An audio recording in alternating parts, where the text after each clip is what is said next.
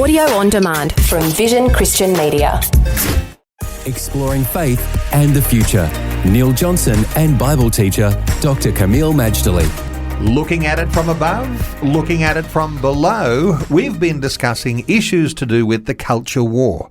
Some more practical advice today, Kameel, and especially for people who might be students in university. They might be mature age students, or they might be young students out of high school into university, and universities renowned for their leftist ideals or their progressivist opinions on every subject.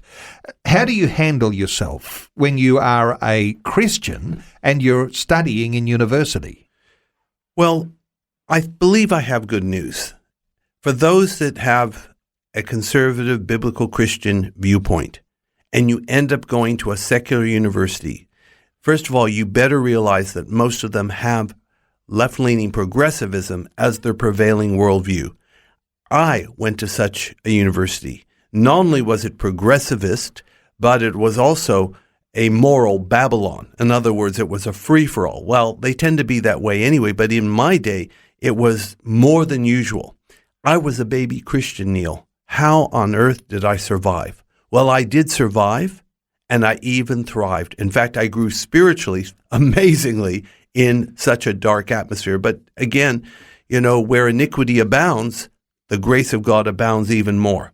So the first thing our Christian conservative students should realize is that their school will probably be progressivist, and because of that, knowing it in advance is actually good for them, because once they understand the situation, they're halfway towards the solution. They know the playing field. Kameel, is it the case too that those who are students in university can feel as though they are the only one shining a light for their Christian conservatism? Undoubtedly there'll be others. How do you overcome this isolation? Well, that's simple. Find like-minded students and faculty. Go to Christian groups. That's a good start. But also look for faculty and students who would share your viewpoint. And in that, you not only have a common worldview, you can also support each other, do mutual note-taking, and help each other in this cause. Being a minority need not be a liability. If anything, being a minority can make you smarter and stronger because you have to counter views that go against your morals, your ethics, and your spirituality. Kameel, what about the idea of being marked down because the points you make in your essay don't line up with the views of your progressivist lecturer? How do you overcome those sorts of challenges? I understand there's two ways. One is that you just, even though you're conservative, you toe the party line because you don't want to battle. You just write in the essay what they want to hear so that you get through uni. I heard one very, very high-profile conservative student make such a confession.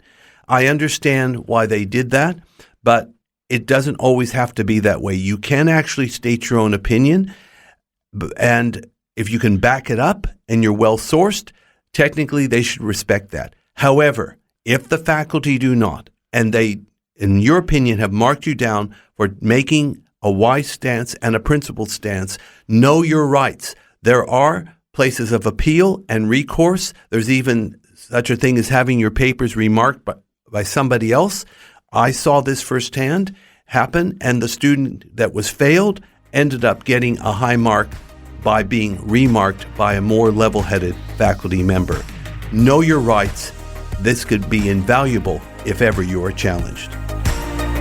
Faith and the Future with Neil Johnson and Dr. Kameel Majdali from Teach All Nations. For more from Dr. Majdali, including books and DVDs on prophecy, Bible commentaries, plus today's and other episodes of Faith and the Future, go to vision.org.au.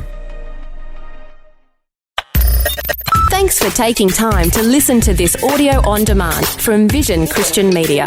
To find out more about us, go to vision.org.au.